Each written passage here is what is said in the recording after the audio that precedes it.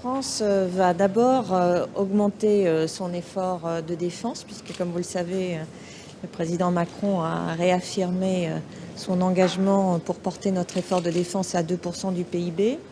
Et ceci est tout à fait cohérent avec les souhaits de l'OTAN que nous allons donc partager tout à l'heure, puisque l'OTAN est très attentive à ce que l'effort de défense des différents membres soit accru au cours des prochaines années. Et c'est d'ailleurs une très très bonne chose que d'ores et déjà cet effort soit maintenant orienté positivement, alors qu'il avait pu l'être négativement au cours des années précédentes.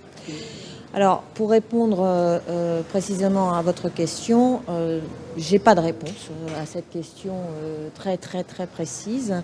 Nous avons beaucoup participé, investi dans la présence française en Afghanistan au cours des années précédentes. Maintenant, nous sommes dans une autre phase avec un traité d'amitié bilatérale avec l'Afghanistan.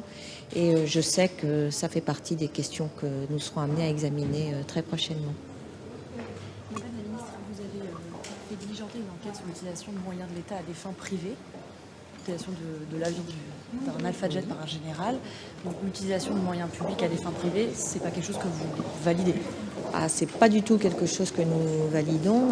Je serai particulièrement attentive à la bonne utilisation des moyens publics. Et il y a des règles. Et ici, en Europe, on les connaît très bien. Elles sont appliquées avec beaucoup de rigueur. Et je pense que les temps changent. On a le cas d'un député, Pascal Terrasse, qui a demandé à faire voler sur un Mirage 2000 un parent à lui.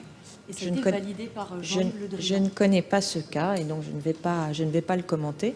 En revanche, je puis vous dire que je serai extrêmement attentive à la bonne utilisation de nos moyens et en premier lieu par le ministère lui-même, y compris ses officiers. Qui l'a validé et c'est à titre tout à fait exceptionnel dans le document ici. Je n'ai pas envie de commenter des décisions que je ne connais pas. Je voulais simplement vous dire que je suis venue ici pour cette première réunion des ministres de la Défense de l'OTAN. C'est une opportunité formidable, puisque j'ai été nommée il y a une semaine maintenant, de rencontrer mes homologues, membres de l'OTAN.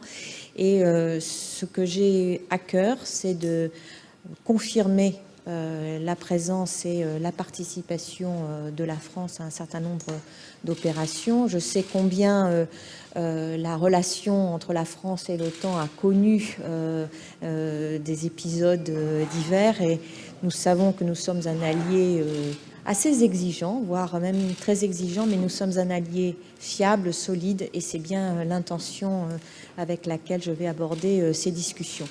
Le fait de pouvoir être indépendant comme la France l'est et l'a toujours été depuis de très nombreuses années ne signifie pas que nous voulons faire les choses seuls. L'indépendance ne signifie pas l'autonomie totale. Nous avons besoin de nos alliés sur un certain nombre de théâtres et c'est pour ça que je suis ici. L'autre message, c'est que en venant à Bruxelles, je suis aussi venue au contact de la Commission européenne. Je verrai Madame Mogherini tout à l'heure. Et c'est aussi très important de pouvoir affirmer que ce que nous faisons dans le cadre européen n'est absolument pas contradictoire, mais complémentaire avec ce que nous pouvons faire dans le cadre de l'Alliance. Est-ce que le privilège accordé par Jean-Yves Le Drian à un député est acceptable? Madame, je viens de vous dire que je ne connais pas Vous nous répondrez si on vous donne tous les éléments? Je vous répondrai le cas échéant, mais là vraiment vous me prenez au dépourvu et l'objectif n'est pas celui-là. L'objectif c'est vraiment d'affirmer de façon positive que nous sommes décidés à poursuivre l'engagement de la France auprès des alliés et décidés à soutenir les initiatives de l'Union européenne en matière de défense. Voilà.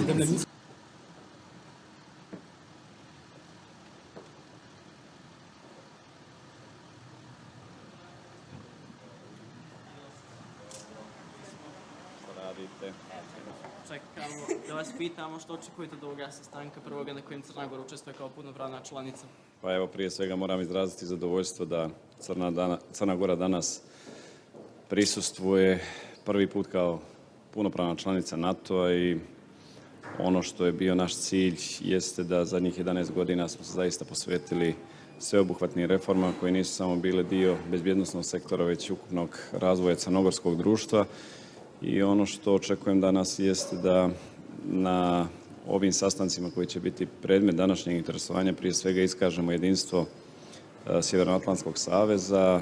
Ono što je također bitno jeste da još jednom ponovimo našu opredijeljenost za povećanje izdvajanja za sektor odbrane i treće da politika otvorenih vrata bude i dalje politika Sjevernoatlantskog saveza jer samo tako mir i stabilnost može se širiti na kompletan region Zapadnog Balkana i ne samo kada je u pitanju Zapadni Balkan, već sva ona žarišta koja su od najvećeg bezbjednosnog izazova u ovom trenutku. U svakom slučaju, još jednom veliko zadovoljstvo, velika čast za Crnu Goru da bude dio 29 najrazvijenijih zemalja današnjice. Hvala. Molim vas reći, ima li neke ideje za plasiranje natovskih trupa iz drugih natovskih zemalja na crnogorskom terenu? Pa evo ne znam, to pitanje vjerovatno je od interesa dalje od Balkanskog poluostrova. Ono što je ja imam informaciju što ne postoji apsolutno ni jedna inicijativa da postavljanje NATO baza u Crnoj Gori, sve i da Crna Gora želi da traži u ovom momentu, mislim da to nije od interesa trenutno za NATO savez, već je to neka druga žarišta, neka druga destinacija. U svakom slučaju sa našim partnerima ušli smo u ovaj savez da budemo kredibilan partner, da zajednički za stolom konsenzusom dogovaramo sve one aktivnosti i tako će biti u buduće. Can you tell what's the feeling now that Montenegro is in NATO? Because there is a feeling in Ukraine also that if we join, then it will piss off Russia big style.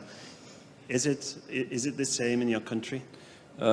Actually, we had a really intensive 11 years. We fulfill all demands and criteria that was ahead of us. And what was our main priority regarding our accession to NATO was to bring peace and stability to the region of Western Balkan and also to support our own interests, which means that Montenegro learned its lessons from the past. We were always on the right side of the history, but sometimes we were erased from the map of existence. So now with this, I'm pretty sure that we secure our existence and independence and stability for the region of Western Balkan and the existence of the country of Montenegro.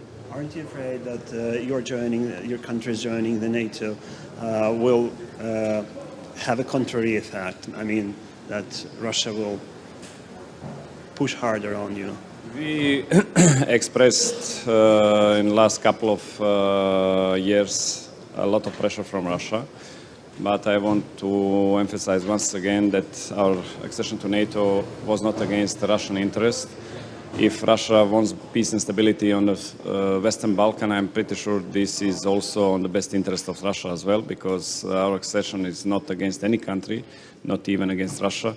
It's for the good of whole Western Balkan and the population who lives in the Western Balkan. Despite the rhetorics expressed by the Kremlin? Despite the rhetorics, correct. Thank you. Dell'Italia in questo momento di raccolta a spendere di più? L'Italia ha invertito una tendenza che era quella di tagli molto forti e a volte anche indiscriminati che sono stati fatti in anni passati e quindi abbiamo prima fermato la diminuzione delle risorse e abbiamo cominciato ad incrementarle. Oltre a questo l'Italia è un attore fondamentale in tutte le principali missioni della NATO, quindi da questo punto di vista noi pensiamo che sia importante lavorare seriamente per incrementare le risorse della difesa, ovviamente compatibilmente con quelle che sono tutte le esigenze del Paese, ma nello stesso tempo pensiamo che la valutazione dell'impegno di un Paese non possa essere semplicemente una formula aritmetica, deve essere anche valutata sulla base di quanto un Paese si impegna nelle missioni per la sicurezza generale. Per quanto riguarda i migranti e le ONG, se davvero l'Italia decidesse di bloccare i porti, operativamente come si farebbe? La Marina Militare avrebbe un ruolo? Questa è una discussione che faranno i ministri degli interni. Quello che ha posto ieri l'Italia con fermezza all'Europa, facendo quindi un passo non consueto, cioè quindi chiedere al nostro ambasciatore di porre formalmente il problema all'Europa, un passo importante ed è un passo che sottolinea la gravità della situazione. Noi abbiamo sentito nelle dichiarazioni dei leader europei, sia della Commissione europea ma anche dei leader nazionali, una comprensione per il fatto che l'Italia è quella che sta sostenendo il peso di questa migrazione e di questi sbarchi. Penso che dopo le parole di comprensione ora ci aspettiamo degli atti concreti e quindi in questa discussione che l'Europa dovrà fare tenendo conto di una posizione ferma dell'Italia che dice questa situazione non è più sostenibile. Grazie, arrivederci.